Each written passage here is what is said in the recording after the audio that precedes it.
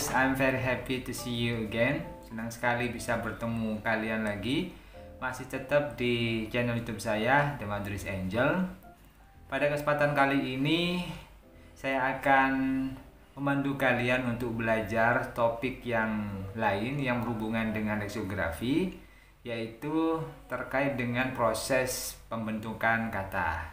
Mengapa topik ini penting? Karena topik ini memang merupakan salah satu topik yang wajib dikuasai oleh seorang leksiografer.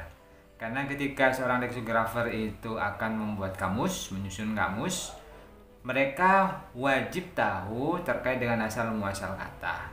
Prosesnya bagaimana? Apakah prosesnya diciptakan sendiri, atau prosesnya itu merupakan pinjaman, atau prosesnya melibatkan hal-hal yang sifatnya linguistik lainnya.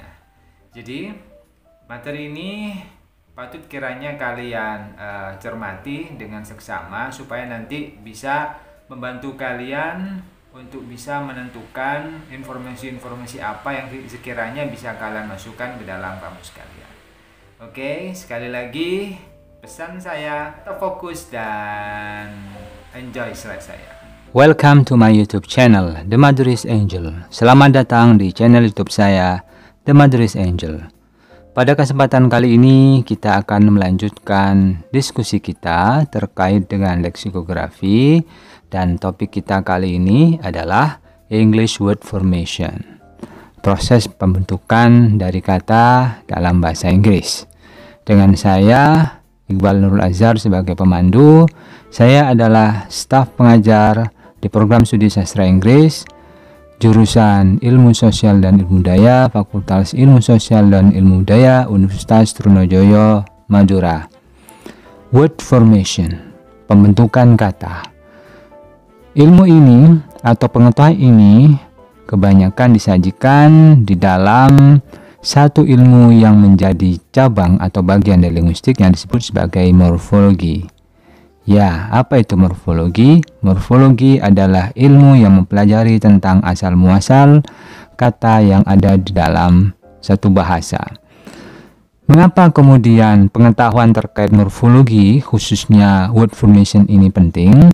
Karena di dalam proses penyusunan kamus, para pekamus atau leksikografer, mereka akan seringkali bersinggungan dengan proses pembentukan kata. Di dalam penjelasan entry atau penjelasan headword, pekamus atau leksikografer terkadang dituntut untuk memberikan sedikit penjelasan terkait asal-muasal dari pembentukan kata tersebut. Nah, jika ilmu yang mempelajari ini tidak dikuasai, maka leksikografer atau pekamus akan mengalami kesulitan untuk menentukan bagaimana asal muasal kata itu dan pengkategoriannya. Oleh sebab itu, maka topik kita kali ini adalah seputar morfologi dan khususnya English Word Formation.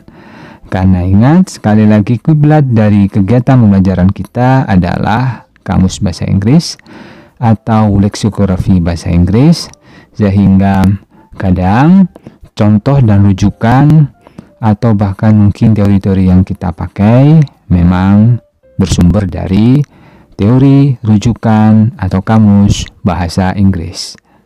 Mari kita mulai. Kira-kira apa yang ada di dalam materi ini? Subtopik kita kali ini ada dua. Yang pertama adalah overview of the English vocabulary. Sedikit ulasan terkait dengan kosakata bahasa Inggris. Dan yang kedua adalah types of word formation, tipe-tipe atau jenis-jenis dari proses pembentukan kata. Kita bahas satu persatu. Overview of the English vocabulary, sekilas terkait dengan kosakata bahasa Inggris. Dari slide terlihat bahwa the core vocabulary of English includes, jadi kosakata inti yang ada di dalam bahasa Inggris itu meliputi yang pertama adalah preposition, preposisi atau kata depan. Contoh misalnya by, for, to, on, in, of, with, over, among, dan banyak hal lainnya ya, atau banyak yang lain atau yang lain-lain. Yang kedua adalah conjunction atau kata hubung seperti misalnya and, but, or, etc. Yang ketiga adalah auxiliary and linking verbs. Ini kata kerja bantu dan kata yang menghubungkan antara subjek dan predicate atau subjek dengan yang lainnya. Ya, seperti misalnya adalah be, is, were, are, am, have, can, could, may, might, will, etc. Kemudian juga ada verbs having to do with perceptions and senses.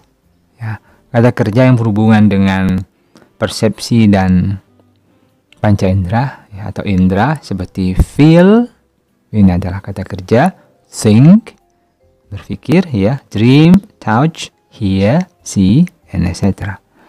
Ya, itu adalah contoh dari kata kerja yang ada di dalam bahasa Inggris yang berhubungan dengan perception and senses.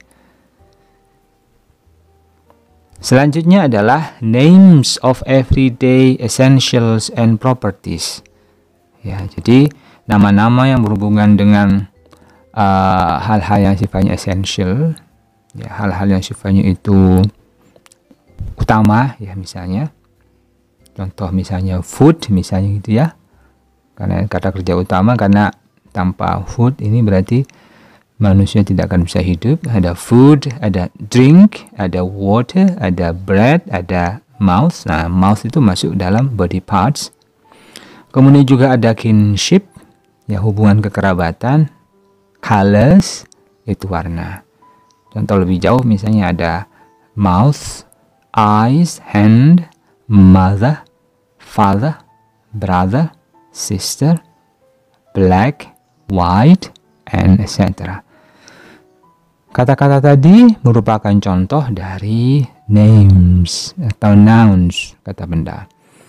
Jadi beberapa ya, jenis kata atau part of speech yang disebutkan tadi itu merupakan intisari dari kosakata yang ada di dalam bahasa Inggris. Ingat guys ya, sekali lagi apa saja itu? Yang pertama adalah prepositions, conjunctions, auxiliary, verbs, names. Ya, kalian juga harus paham terkait dengan proses identifikasi satu kata yang berhubungan dengan ini. Karena di dalam kamus guys, jika kalian tidak paham satu kata, bahwa kata itu dilabeli misalnya noun, maka bisa jadi mungkin pengguna akan merasa kesulitan nanti ketika menggunakan itu dalam konteks. Oleh sebab itu penguasaan terkait dengan part of speech yang jumlahnya sekitar 10-11 itu, ya itu menjadi hal yang mutlak. Kalian akan dinilai sebagai leksikografer yang handal jika kalian paham, hafal di luar kepala yang berhubungan dengan part of speech. Nah, di bagian awal dari penjelasan saya menjelaskan tentang part of speech atau bagian-bagian kata yang utama di dalam bahasa Inggris. Ingat sekali lagi apa tadi? Preposition, conjunction, auxiliary, verbs, and nouns atau names. If we look just at the 1000 most common words of English, over 800 of them are of this type. Jadi, jika kita misalnya melihat sekitar 1000 kosakata yang ada di bahasa Inggris, anggap saja jika kalian melihatnya itu di dalam kamus 1000 kosakata, maka hampir 800 kosakata yang ada di bahasa Inggris atau di kamus bahasa Inggris, mereka larinya ke kategori yang telah disebutkan sebelumnya.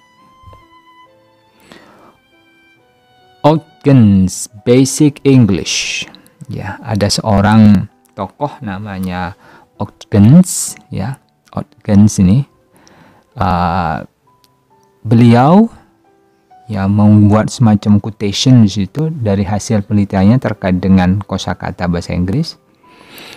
bahwa if one were to take the 25,000 word Oxford Pocket English Dictionary and take away the redundancies of our rich language and eliminate the words that can be made by putting together simpler words, we find that 90% of the concepts in that dictionary can be achieved with 850 words. Ini Odgens ya. Ini mengatakan bahwa jika kita ya misalnya mengambil sejumlah 25.000 kata dari kamus pocket ya, atau kamus saku Oxford ya tentang bahasa Inggris tentu saja. Kemudian kita membuang kosakata yang redundant gitu, yang dianggap kurang begitu perlu ya, dibuang begitu saja ya. Kita ambil intisarinya. Kemudian kita akan menjumpai bahwa we find that 90% of the concepts in that dictionary can be achieved with 850 words. Hampir 90% konsep ya, kosakata ya yang mewakili 25.000 kosakata tadi itu ya, ternyata katanya itu hanya dapat, bukan hanya ya guys ya, tetapi bisa di cover oleh hanya 850 kosakata saja. Dalam artian begini, 850 kosakata yang menjadi basic English atau core language atau core words tadi itu ya, itu mampu mengcover sejumlah 25.000. Berarti inti kosakatanya itu 850 dengan tentu saja itu bentukan dasar ya guys ya. Tambah lagi isinya atau konten dari kosakata itu adalah kosakata yang penting. Maka 850 itu cukup untuk mengcover kosakata yang lain yang tadi itu ya, yang direpresentasikan oleh 850, termasuk juga kosakata yang dibuang tadi itu karena dianggap redundant. Jadi itu adalah suatu hal yang luar biasa yang ditemukan oleh Odgens tentang basic English. This simplified language is called basic English.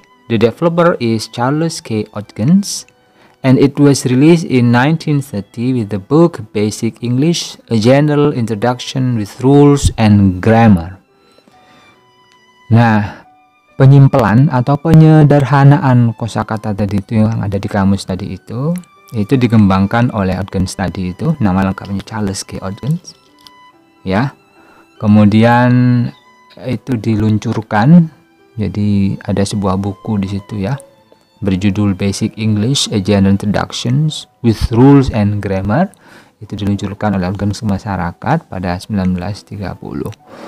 Dan sejak saat itu nama Odgens menjadi terkenal karena memang dia menjadi pelopor bagaimana dia itu mengonsep terkait dengan sebaran kosakata yang ada di dalam kamus dan tentu saja yang ada di masyarakat Inggris ya, atau masyarakat penutur bahasa Inggris. Oke.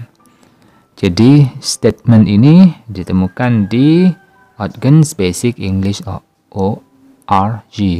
Oke. Kalian bisa klik itu, silakan kalian temukan informasinya yang ada di situ terkait dengan Basic English. Odgens Basic English Sample. Ya.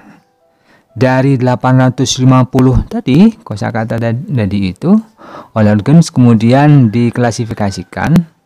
Nah, dia kemudian menemukan bahwa operations 100 words, ada 100 kosakata yang merujuk kepada operasi ya, operasi operasional dari sesuatu ya. Ini merujuk kepada verb sepertinya guys ya, karena contohnya itu adalah verb ya, come, get, give, go, keep, let, make.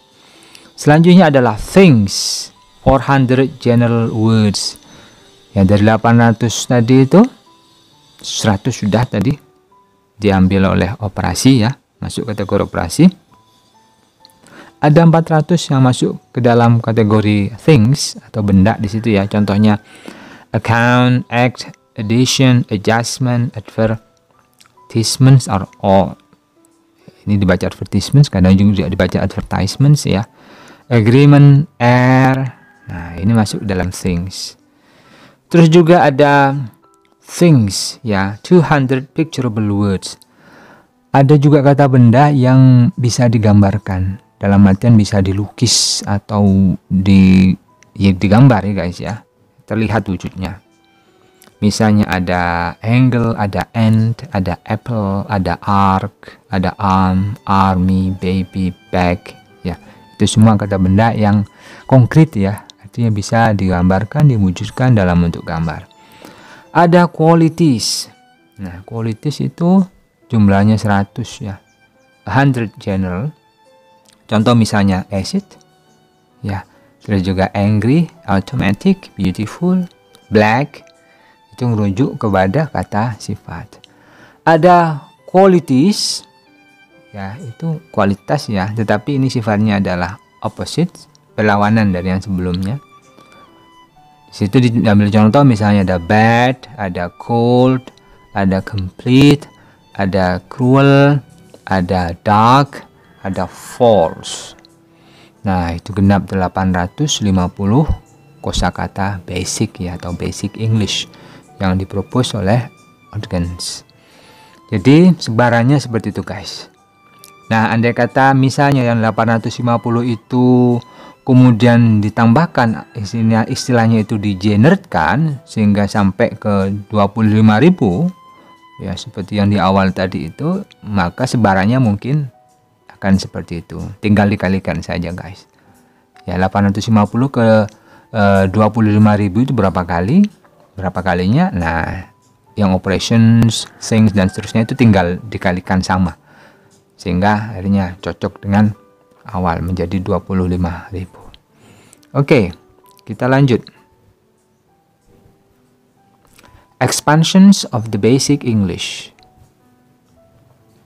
Nah, basic English consists of 850 words that can express the meanings that can be found in a pocket dictionary. Ya, basic English itu yang terdiri dari 850 kata, ya, itu bisa mengekspresikan makna-makna yang bisa jumpai di kamus saku tadi itu. This is then expanded with 100 words of a general area of interest, science or business, and 50 words of a specialty within the general area. Nah, yang 850 tadi itu kemudian ditambahkan, di-expand, istilahnya itu diperluas ya, dengan adanya tambahan kata yang berhubungan dengan interest seseorang ya, area of interest. Jadi ya agak sedikit fokus kosakata yang memang spesifik ke arah hal yang sifatnya fokus. Ya, misalnya kayak science misalnya ya. Terus juga misalnya bisnis. Nah, ini kosakatanya sudah mengerucut kepada hal-hal yang sifatnya spesifik. Kemudian ditambah lagi dengan 50 words of a specialty within that general area. Ya. Kemudian ada tambahan 50 kosakata lagi yang memang khusus ya, yang berhubungan dengan area itu. Jadi genap ya, dari 850 ditambahkan lagi 100 ya, 100 kosakata yang berhubungan dengan interest yang sifatnya umum. Jadi area of interest ini interest yang sifatnya umum ya guys ya. Baru kemudian yang 50-nya itu adalah specific interest. Jadi genap 1000. Jadi itu adalah basic English yang dipropos oleh Odgins. It can also be added with a list of international words and compound words, all of which is expected to reach the 2000 word level. Nah, yang tadi itu yang 850 tambah 100 tambah 50 itu ternyata juga ditambahkan, bisa ditambahkan oleh sekitar 1000 ya, kosakata international, berarti ini kosakata pinjaman ya, yang sifat international. Kemudian juga compound words. Compound words itu kata yang digabungkan dengan kata yang lain ya, jadi bisa jadi mungkin kata majemuk atau frase dan seterusnya ya, misalnya idiomatic expressions ya, dan seterusnya.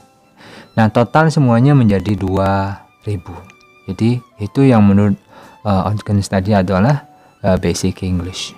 Jadi 25.000 tadi itu ternyata direpresentasikan oleh 2000. Isinya dari 25.000 tadi itu ya 2000 tadi itu.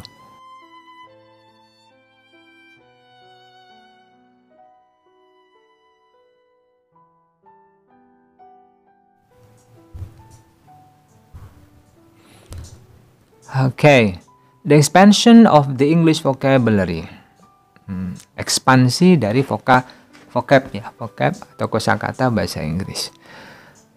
Ada statement di situ dalam slide saya. The vocabulary of English is not an unchanging list of words. Ya. Vocab atau kosakata bahasa Inggris itu bukanlah kosakata yang tak berubah. Dalam artian berarti kosakatanya itu berubah. Karena mengapa begitu? Ya jelaslah masyarakat Inggris ya, orang-orang atau penutur bahasa Inggris itu pasti berubah setiap saat. Ketika mereka berubah, bisa jadi kosakata baru muncul dan akhirnya masuk dalam kamus dan dalam kehidupan mereka. New words enter the language every day. Words acquire or lose meanings and words cease to be used.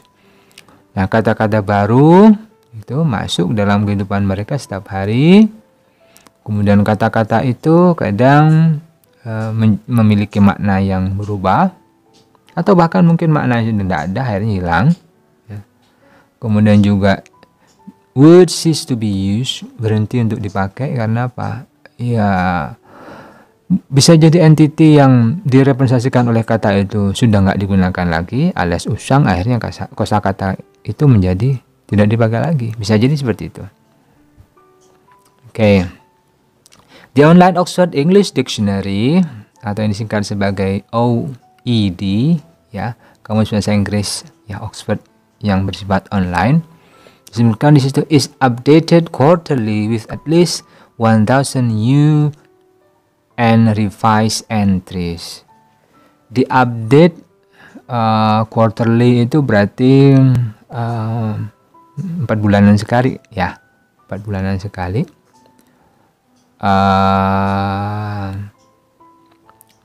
3 bulanan sekali ya berarti ya, dengan sekitar 1000 kosakata baru ya, itu hadir, dan di dalamnya juga terdapat kosakata yang direvisi secara berkala 3 bulan.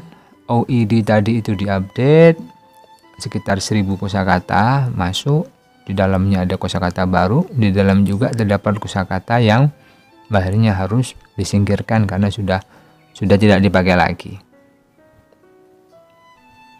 Oke.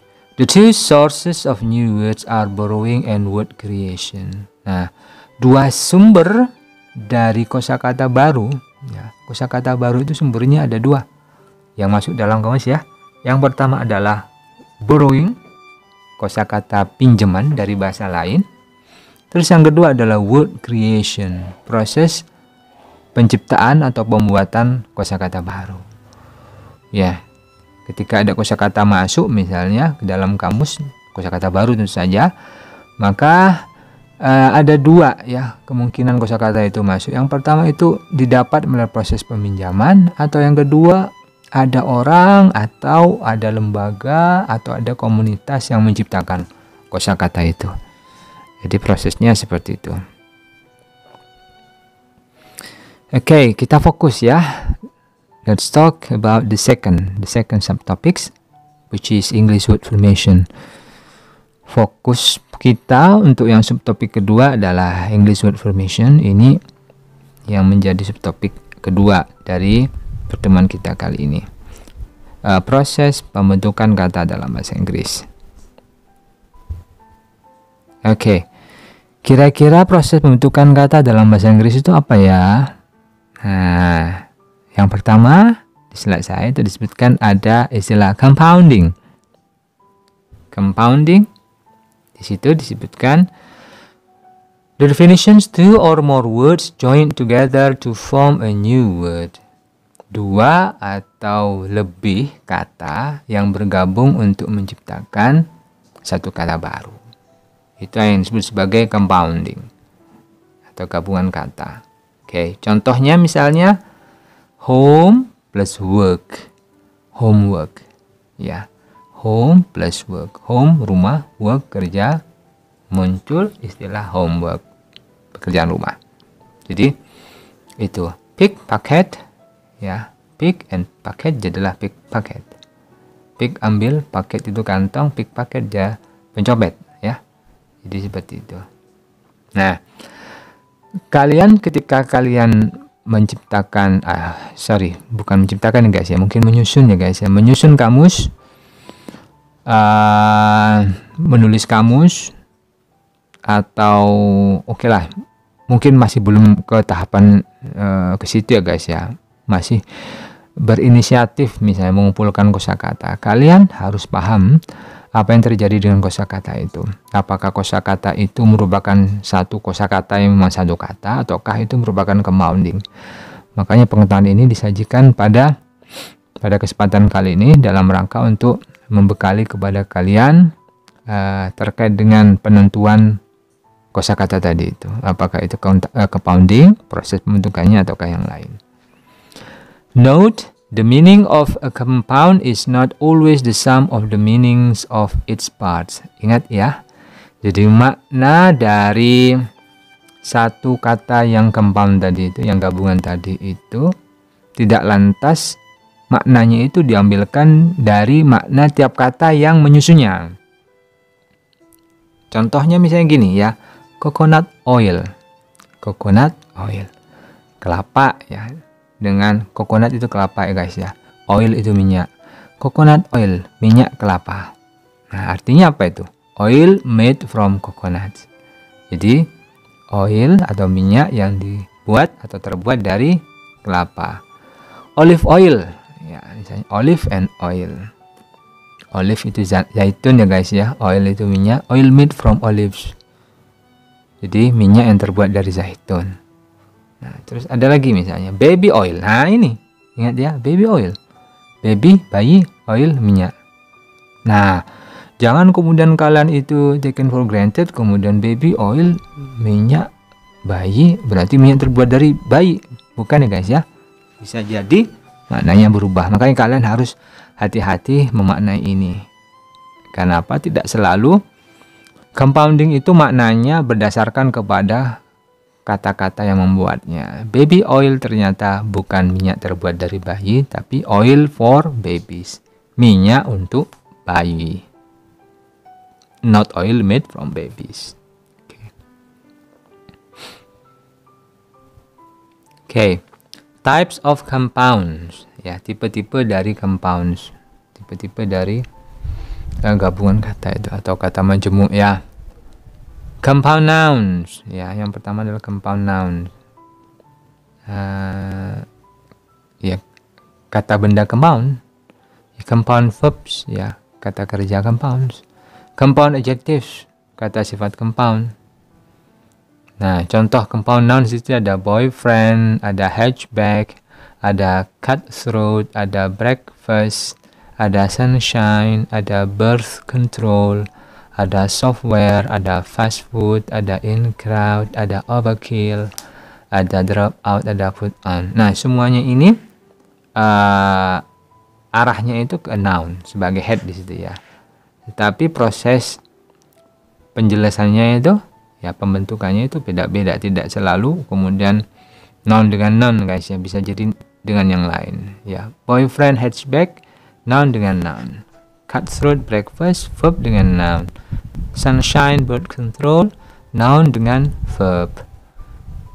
Kemudian adjective dengan noun, contoh misalnya software, kemudian fast food, kemudian ada particle dengan noun, in crowd, overkill, Ada verb dengan particle, drop out dengan put on.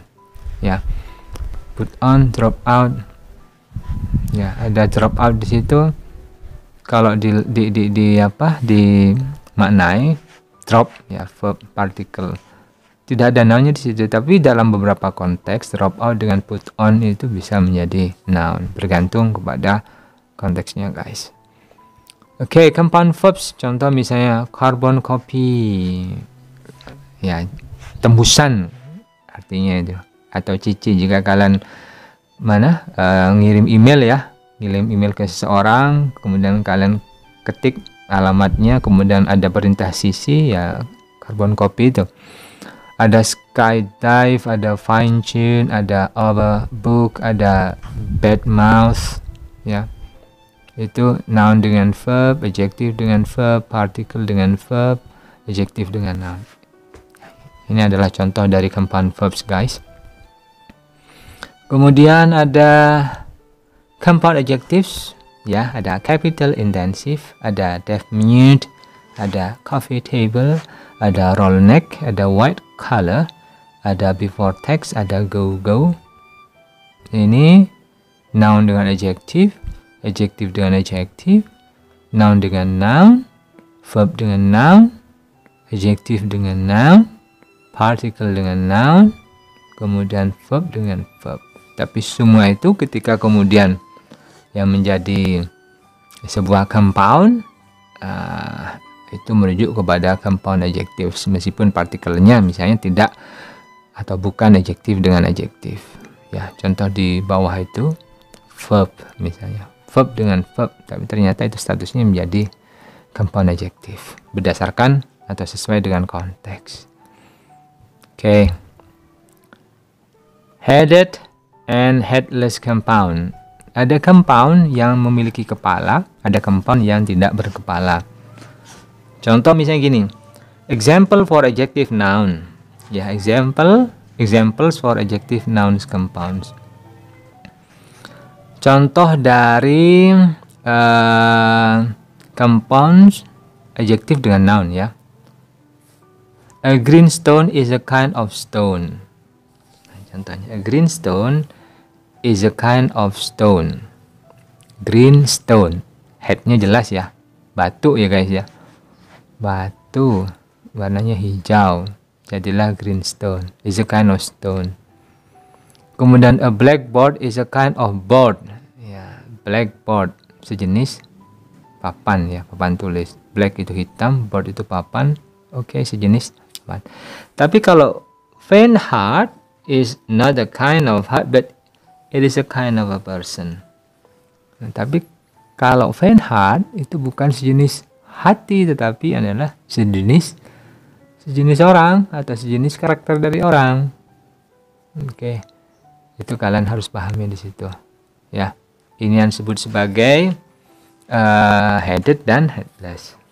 Yang headed itu yang di atas itu, green stone, ada blackboard.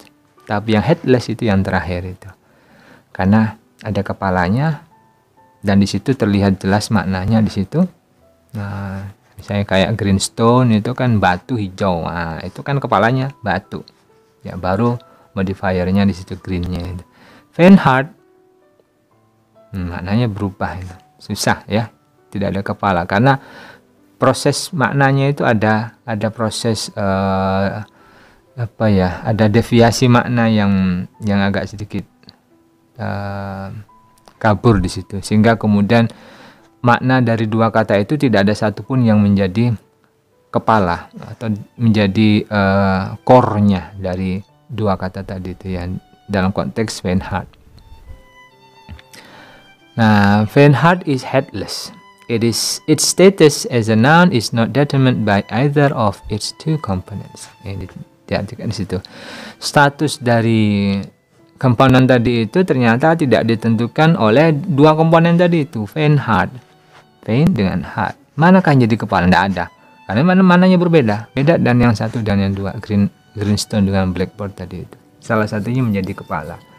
Nah, ini yang disebut sebagai headless, ya, headless compounds. So, contoh yang lain misalnya, what is a saber tooth? Ya.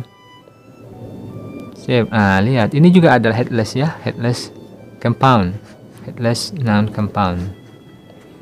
Saber tooth, saber sejenis pedang ya, atau golok ya, sejenis itulah. Kemudian tooth, gigi ya. Kalau memang maknanya saber tooth adalah gigi bergolok misalnya, atau golok bergigi misalnya, mungkin oke lah. Tapi ternyata saber tooth itu bukan rujukannya, bukan kepada gigi, bukan rujukannya kepada sejenis gigi, tapi rujukannya malah sejenis hewan. Nah, ini yang contoh yang kedua yang berhubungan dengan headless compound tadi itu.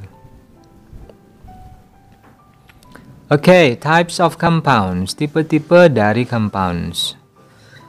Ya, yang jenis pertama adalah figurative compounds. Nah, jika kalian ketemu compound yang bersifat figuratif, ya, maka harus dijadikan head word. Di dalam kamus, kalian harus jadikan itu sebagai head word. Ya, kepala, ya, kepala, kata kepala. Ya, jadi ditulis di paling atas. Ya, sebagai kepala dari entry ya. Nah, sepertinya kalau saya menyarankan kalian ketemu compound yang sifatnya figuratif, masukkan di dalam kamus karena ini unik sekali ya. Semi figurative compounds kadang-kadang dijadikan head words. Nah, kalau kalian ketemu yang semi figurative compounds, kalian pertimbangkan saja. Kalau misalnya itu dibutuhkan ya masukkan, kalau enggak ya enggak usah. Tapi kalau functional compounds ini kan umum, nanti saya terangkan ya contoh-contoh dari yang figurative compound, semi figurative compound, dan functional compounds itu apa saja, sehingga kalian bisa memahami itu. Nah, ini jarang dijadikan sebagai head word ya, jarang dijadikan sebagai kata kepala ya. Kalian paham head word guys ya? Sebenarnya head words nanti itu akan dibahas di bagian pertemuan ke-8 ya, yang berkaitan dengan the internal structures of dictionary entries ya. Tapi tidak apa-apa lah dibahas pada kesempatan kali ini. Jadi gini, dalam kamus itu kan ada entry ya. Misalnya entry apa saja misalnya. Nah, di situ ada kata misalnya ya yang dijelaskan, yang biasanya ditulis paling besar, kadang-kadang juga ditulis bold dengan ditebelin. Nah, itu yang disebut sebagai head word ya, atau kata kepala. Nah, kalau kalian ketemu figurative compounds, jadikanlah sebagai kata kepala yang berbeda.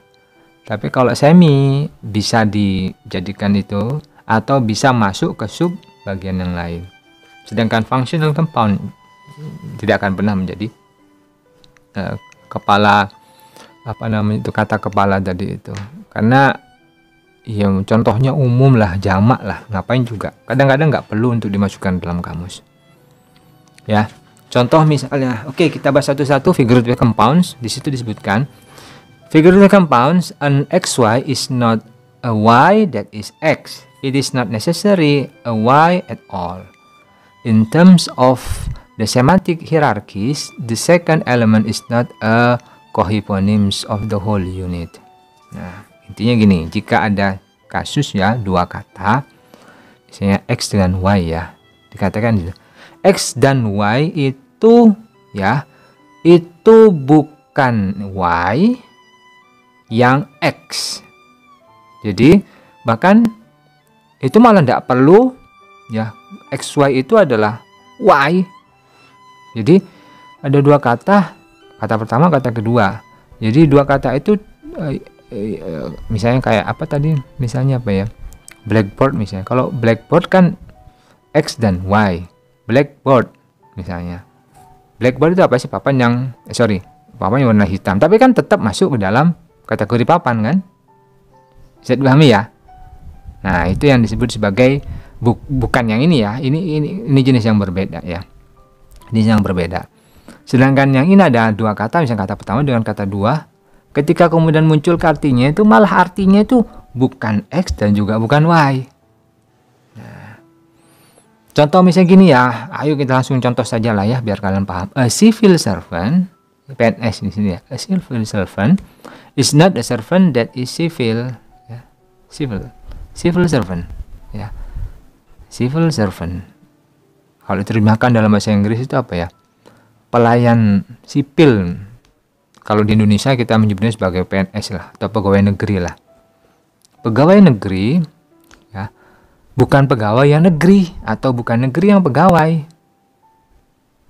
Bisa dipahami ya? Contohnya di situ, is not a servant that is civil.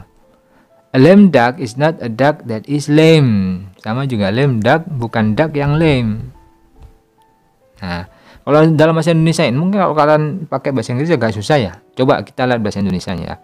XY bukan sejenis X. Ya, XY itu bukan sejenis X. Berarti XY ada dua kosakata, itu bukan sejenis X. Dan bukan berarti X dan yang Y. Ya, dan bukan berarti X yang Y. Kaki tangan bukan sejenis kaki dan bukan berarti kaki yang memiliki tangan. Nah, itu baru kalian paham ya. Nah, kalau kalian ketemu ya compound noun semacam kayak begini, saran saya ini kan majas itu ada hubungannya dengan majas nih. Nah, karena ada hubungannya dengan majas, gabungan kata itu ternyata memiliki makna yang baru. Itu penting bagi orang luar untuk paham itu. Harus masuk ke dalam kamus. Kenapa? Kalau misalnya kalian tidak masukkan ke dalam kamus, kita ngomong menggunakan konstruksi itu, orang di luar sana jadi bingung. Pengguna asing ya, pengguna asing dari kamus kita menjadi bingung. Apa sih maknanya ini? Kok dua kata tapi ternyata maknanya berbeda. Nah, oleh sebab itu masukkanlah ke dalam kamus. Jika kalian ketemu compound yang sifatnya itu tadi, compound figurative compound. Nah, ada yang kedua jenis compound namanya semi figurative compounds. Semi figurative compounds didefinisikan an XY is a Y but it is not a Y that is X. Kalau tadi kan an XY is not a Y. Nah, kalau ini is a Y but it is not a Y that is X. Nah, here the second element is the subordinate atau hypernym of the whole unit. High school, a school but not a school that is high. Paham ya? High school SMA, sekolah menengah atas, adalah sekolah tetapi bukan sekolah yang tinggi. Maksudnya gedungnya tinggi, bukan. If you are a blind drunk, you are drunk but not necessarily blind. Ya, jika kalian itu blind drunk, itu ada istilah ya, blind drunk, intinya mabuk berat di situ ya. Ya, blind drunk. Jadi you mabuk tapi bukan kemudian jadi buta, bukan loh ya. Tapi maknanya berbeda ini. Ya, jadi itu semi figuratif. Kalau kalian misalnya ada space di kamus, masukkanlah macam kayak gini. Karena bisa jadi orang yang pengguna kamus kita itu agak setengah paham ya terkait dengan ini. Tapi kita, andai kata kita bisa memberikan petunjuk kepada mereka supaya mereka lebih paham, lebih baik. Dalam bahasa Indonesia, XY adalah jenis X tapi bukan berarti X yang Y. Rumah sakit adalah jenis rumah. Ya betul, rumah sakit adalah jenis rumah, tapi bukan rumah yang sakit. Nah, andai kata kita ngomong mau pergi ke mana? Rumah sakit. Orang Amerika yang baru pertama kali belajar bahasa Inggris bingung. Rumah, house, sick, sakit. Terus rumah sakit, bingung kan?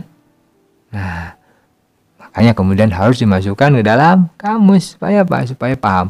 Oh, ternyata ini adalah compound yang sifatnya semi figuratif. Karena masih ada tulisnya itu, rumah sakit sejenis rumah. Ya, beda yang tadi pegawai negeri, bukan pegawai yang negeri, ya. Bukan, tapi yang lain ya, civil servant. Bukan servant yang civil, bukan ya. Jadi contohnya yang tadi itu, yang figurative compounds itu luar biasa itu, kaki tangan, bukan kaki yang punya tangan ya. Itu wajib untuk dimasukkan dalam kamus. Semi figuratif ya, bisa dimasukkan jika kalian merasa ini penting. Ya, ada manfaatnya bagi orang yang belajar bahasa kita. Oke. Functional compounds. Functional compounds ini tingkat compound yang maknanya itu bisa tebak lah ya. An XY is a Y that has to do with X, but also more than that. It is a specific type of thing or person and may well have a specific translation. Ya. Often a single word in another language. Jadi ada dua kata ya, kata A dengan kata B. Ya, dua-duanya itu bisa langsung ditengari dari situ. Contoh misalnya gini ya, dalam bahasa Indonesia langsung saja ya. XY adalah salah satu contoh, contohnya perabot rumah. Nah, perabot rumah. Jelas, ada perabot ada di rumah, berarti perabot yang ada di rumah. Sudah nggak ada masalah di situ. Ya, tidak yang susah di situ. Police dog misalnya, police dog. Polisi, dog anjing. Nah, tinggal kita kita simpulkan saja maknanya. Apakah anjing ya yang menjadi polisi, atau apakah polisi yang menjaga anjing, atau polisi yang menggunakan anjing sebagai alat bantu. Nah, tinggal di situ saja. Jadi tidak perlu kemudian harus mikir gitu ya. Seperti misalnya can opener, pembuka kaleng misalnya. Pembuka dengan kaleng, jelas-jelas pembuka kaleng ya itu, ya tidak akan kemana-mana. Beda dengan rumah sakit. Rumah kok bisa sakit itu maksudnya gimana? Kan pasti ada pertanyaan. Nah, itu yang harus masuk. Kalau can opener misalnya police dogs, tidak perlulah ya, tidak perlu dimasukkan karena akhirnya nanti banyak tuh bentukan-bentukan macam kayak gini, jenisnya banyak guys. Selanjutnya ada yang kedua adalah prefixation, imbuhan ya guys ya, tapi imbuhannya ada di depan. Contoh misalnya ya, class changing prefixes. Ya, prefix yang merubah kelas kata. Misalnya ya, a, be, an misalnya ya. Jadi sleep tambah asleep ya. Kemudian which dengan bewitch. Slave dengan an jadilah enslave. Nah, sleep tadi itu verb, tapi kemudian kasih asleep jadilah adjective. Kemudian witch itu noun, penyihir ya. Kemudian bewitch jadilah verb. Kemudian slave adalah noun, tambah enslave jadilah verb. Nah, itu adalah prefix ya, yang merubah. Imbuhan depan yang merubah tingkat atau jenis kata. Class maintaining prefixes. Jadi ini prefix yang mempertahankan jenis kata atau kelas kata. In misalnya definite, indefinite, adjective menjadi adjective, for man ya, noun to noun dan seterusnya. Ingat ya, prefixes ada dua jenis kelas ya, kelas yang berubah ya dari kelas katanya itu. Ada imbuhan depan yang mampu merubah kelas kata, ada juga imbuhan depan yang tidak merubah kelas kata. Yang merubah namanya class changing prefixes, sedangkan yang tidak merubah class maintaining prefixes. Oke, suffixation ini akhiran ya guys ya. Suffixes forming nouns ya, jadi akhiran yang membentuk kata benda. And from and ya, king kata benda kan king, oke, raja, dam jadi kerajaan. And from v ya, and from v kata benda berasal dari kata kerja. Employ itu mempekerjakan adalah kata kerja guys, tapi dikasih employee, orang yang dipekerjakan, sudah berubah menjadi noun. Noun from adjective misalnya depend ya. Depend itu adalah noun ya. Depend itu adalah adjective. Tapi ketika kemudian muncul depends pakai akhiran ence, berubah menjadi noun ya, berubah menjadi noun, dari adjective berubah menjadi noun. Selanjutnya ada suffixes forming verbs. Contohnya adalah suffixes akhiran yang membentuk kata kerja ya. Verb from noun, jadi noun, ada noun kemudian muncul kata. Contoh misalnya beauty ya. Beauty itu kecantikan ya, tapi muncul kata beautify, mempercantik, jadilah verb. Oke. Kemudian ada verb from adjective ya, kata kerja yang berasal dari kata sifat. Short itu adalah kata sifat, tapi dikasih akhiran an berubah menjadi shorten, memperpendek, jadilah kata kerja. Oke. Suffixation ini imbuhan, bukan imbuhan ya, imbuhan tapi tepatnya akhiran yang bagian kedua di situ. Suffixes form adjectives ya, akhiran yang membentuk adjektif. Contohnya adjective from noun, tambahi akhiran al, educational ya, education noun kemudian berubah menjadi adjektif jadi educational. Ada adjective from verb ya, understand berubah menjadi understandable, jadilah adjektif ya.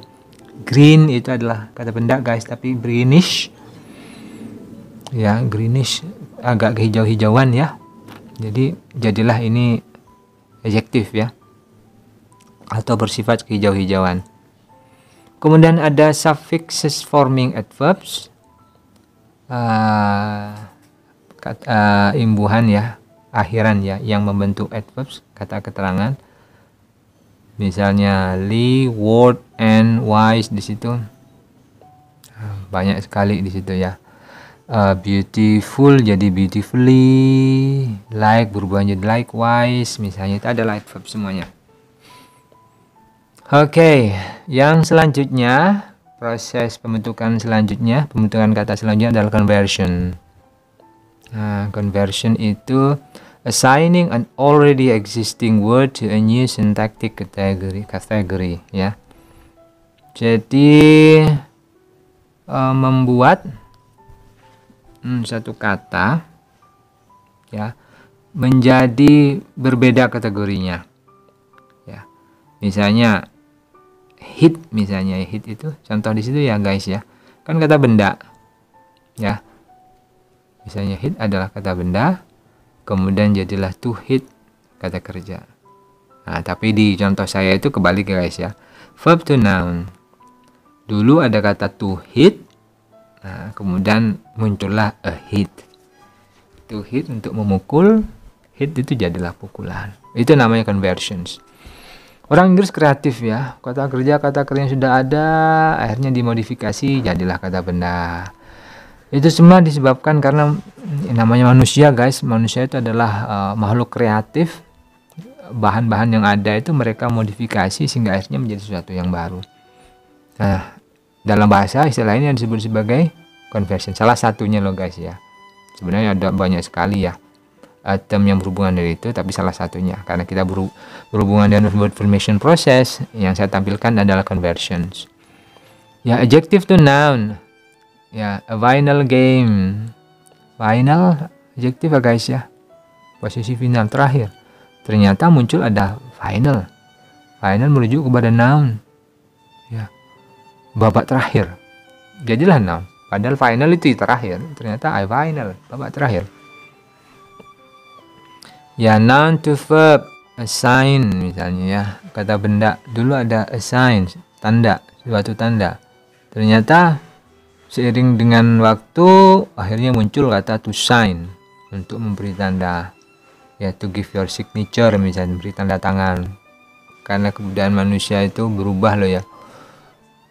Dulu mereka taunya sign, tapi kemudian lama kelamaan muncul budaya untuk memberi tanda kepada kertas, kepada apa, akhirnya muncul to sign ya, entah itu pakai tanda tangan, entah itu pakai cap tangan dan seterusnya.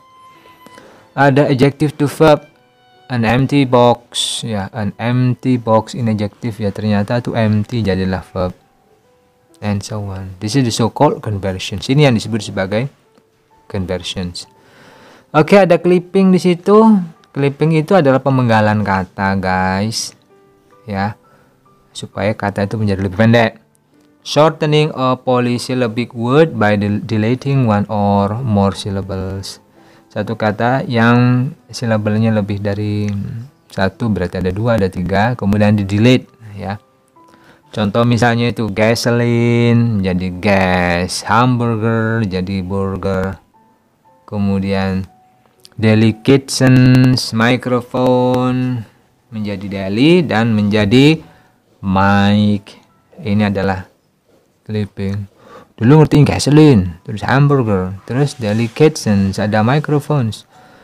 Terakhir muncul kata baru gas, misalnya gas. Do you have a gas? I want to eat hamburger. Muncul istilah burger. Burger saja. Dulu pada hamburger. Terus deli, mic dan seterusnya.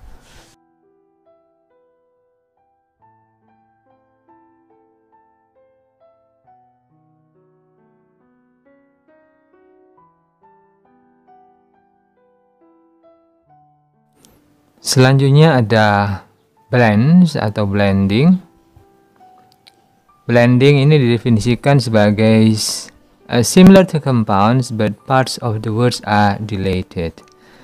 Jadi mirip-mirip dengan compounds, dua kata yang kemudian bergabung, tetapi beberapa bagian dari kata itu di delete atau dipotong ya, atau di cut atau di drop ya. Contoh misalnya ada kata motor and hotel, muncul kemudian istilah motel. Breakfast and lunch, muncul kata brunch. Wireless and fidelity, muncul kata wifi. Terus ada sheep and goat, akhirnya muncul kata showed. Jadi jika kalian ketemu dengan kata macam kayak begini ya, motel, brunch, wifi misalnya, ada showed, maka pastikan kalian paham bahwa kata-kata tersebut merupakan kata yang muncul diakibatkan oleh fenomena blends atau blending. Ya. Ada back formations. Nah, ini yang selanjutnya guys ya, bagian yang ketujuh. Definitions: creative reductions due to incorrect morphological analysis. Ya, reduksi atau pengurangan sifatnya kreatif yang disebabkan karena analisis morfologi yang kurang tepat ya. Contohnya apa? Contohnya misalnya ada editor ya, editor. Nah, muncul itu kosakata editor tahun 1649. Nah, terus tiba-tiba muncul kata yang baru ya, to edit 1791 ya, jadi editor muncul kemudian selanjutnya adalah kata edit, to edit. Terus ada television 1907, televise, kata kerja baru muncul selanjutnya 1927 ya. Paramedical 1921, kemudian muncul kata yang baru paramedic 1967. Ini yang masuk ke dalam kategori back formations. Oke, selanjutnya ada acronyms. Acronyms ini seperti singkatan sebenarnya guys ya, tapi ya agak beda. Jika di singkatan itu ada satu singkatan ya, hurufnya dibaca secara jelas, misalnya DPR, maka akronim itu enggak. Jadi jika ada huruf yang merupakan representasi dari beberapa kata kemudian dibaca sebagai sebuah kata, maka itu bukan singkatan, tapi itu masuk dalam kategori acronyms ya. Words derive from the initial letters of several words and use them as a new word. Contoh misalnya strengthen, weakness, opportunity, and threats. Di situ disingkat menjadi disingkat menjadi SWOT ya, SWOT. Nah, SWOT ini kan dibaca SWOT ya, nggak dibaca SYOT. Nah, kalau SYOT itu abbreviation atau singkatan, tapi kan dibacanya SWOT bukan SYOT ya. Self-contained underwater breathing apparatus, disingkat apa ini? SCUBA ya. SCUBA ini adalah acronyms ya. Kalau abbreviations harusnya dibaca SCUBNA, tapi kan enggak. Oke, selanjutnya ada onomatopoeia ya, onomatopi. Definisinya adalah words created to sound like the things that they name. Nah, Kata yang dibuat, diciptakan berdasarkan rujukan alamiahnya dia di alam. Contoh misalnya ada kokedu, ya, ada kokekoko, ada kukekuk, ya, ada Indonesia di situ apa? Kukuruyuk, ada meow, ada nya, ada niau, ada meong. Nah, semua kosakata ini muncul di kamus, guys, ya. Ini namanya onomatopi atau onomatopoeia, ya. Dan tiap bahasa itu punya ciri khas dalam merepresentasikan onomatopi itu. Contoh misalnya suara ayam misalnya, ya, di Inggris kokedu, ya, Japanese kokakoko misalnya, di Indonesia kukuruyuk. Kukuruyuk masuk dalam kamus bunyinya kukuruyuk, itu suara ayam. Tapi di Inggris belum tentu namanya seperti itu, guys. Bergantung bagaimana mereka itu mempersepsi suara-suara alam tadi itu. Ada miau itu suara kucing, ya, guys. Ada nya, ada Tagalog niau, ada meong, ya, Indonesia. Oke, ini ada contoh yang lain dari onomatopi di situ, ya. How to sound really happy in 8 languages. Bagaimana mengungkapkan perasaan yang sangat bahagia di dalam 8 bahasa, ya. Ada ya, ada si, ada ya, ada juhu, ada yata, ada palo, ada jupi, ada ura. Kalau Indonesia hore, ya. Kemudian how to cry in 6 languages. Bagaimana caranya menangis, ya, dalam 6 bahasa, ya. Wah, itu ada buah, ada on, ada oa, ada bia, ada siku. Kalau di bahasa Indonesia apa, guys? Di bahasa Indonesia hu. Kalau enggak hu, hik gitu, ya. Bisa jadi mungkin kayak gitu, ya. Ya, tapi biasanya hu. Ya, itu menangis betulan. Kalau hik itu nangis terseduh-seduh atau terseduh-sedan. Nah, ada eponyms, guys, selanjutnya, ya. Definitions: a person after whom a discovery, inventions, ya, place, etc. is named, ya.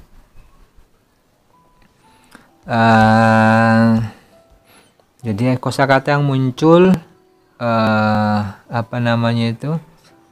kosakata muncul disebabkan karena adanya seseorang menemukan sesuatu, ya. Seorang dulu contoh di situ, ya, under Celsius, nama penemunya, ya, akhirnya muncul kosakata baru namanya Celsius untuk merujuk kepada satuan dari suhu. Terus ada Cook Islands, ya, Pulau Cook, dikasih nama Cook, istilah itu muncul dalam kamus Cook Islands, ya, setelah ditemukan oleh seorang pelaut, ya, James Cook di situ. Oke. Itu adalah tadi. Selanjutnya ada toponim. Definition: a place name, especially one derived from a topographical features. Nah, kosakata muncul, ya. Kosakata muncul disebabkan karena kosakata itu merujuk kepada fitur topografinya, ya. Biasanya ini berhubungan dengan alam, guys, ya. Montana misalnya, Montana. Kenapa kok muncul istilah Montana? Nah, ternyata Montana itu muncul, ya, memang topografinya bergunung-gunung, guys, berasal dari kata mountains in Spanish, ya. Kemudian ada Mississippi. Nah, Mississippi ini muncul, ya, karena ada sungai besar di situ, Big River. Tapi Mississippi itu muncul dalam bahasa Chippewa. Hai guys, ketemu lagi dengan saya. Gimana tadi topiknya? Oke kan? Mudah-mudahan demikian, ya. Saya berharap kalian bisa mendapatkan banyak hal dari presentasi saya tadi. Namun jika kalian masih menyisakan pertanyaan atau ada unek-unek yang disampaikan, khususnya yang berhubungan dengan materi tadi, silahkan feel free, ya, untuk mengirimkan pertanyaan atau masukan kalian ke email saya. Nah, ini iqbalnurazhar@yahoo.com, atau kalian bisa isi kolom komen yang ada di bawah ini ya, di bawah channel YouTube saya itu. Silakan kalian beri komentar apapun yang kalian suka. Mudah-mudahan dengan adanya komentar tadi itu membuat saya menjadi makin semangat untuk bisa membuat tayangan yang lain yang tentu saja lebih baik dari yang sedang saya kerjakan sekarang ini. Oke, tetap semangat dan selalu berkarya, terutama yang berhubungan dengan kamus dan dunia leksikografi. Assalamualaikum warahmatullahi wabarakatuh.